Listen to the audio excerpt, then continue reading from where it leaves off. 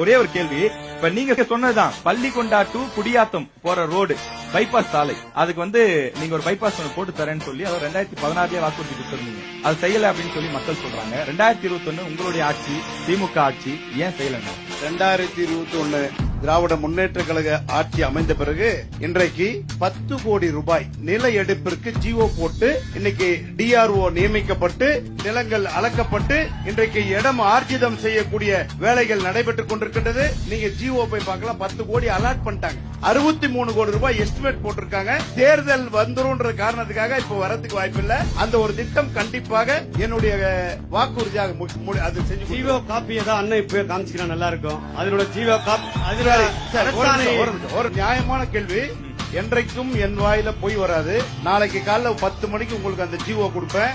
நீங்க உங்க நியூஸ் தமிழ்ல அதை பிரசுரிக்கணும். இப்ப கூட ஒரு அரை மணி நேரம் டைம் கொடுத்தீங்கன்னா நான் கொண்டு வந்து கொடுத்துருவேன். என் தொகுதி மக்கள் நந்தகுமார் சொன்ன அந்த சாதனையை செய்யலையாடா அப்படின்னு வரக்கூடாது.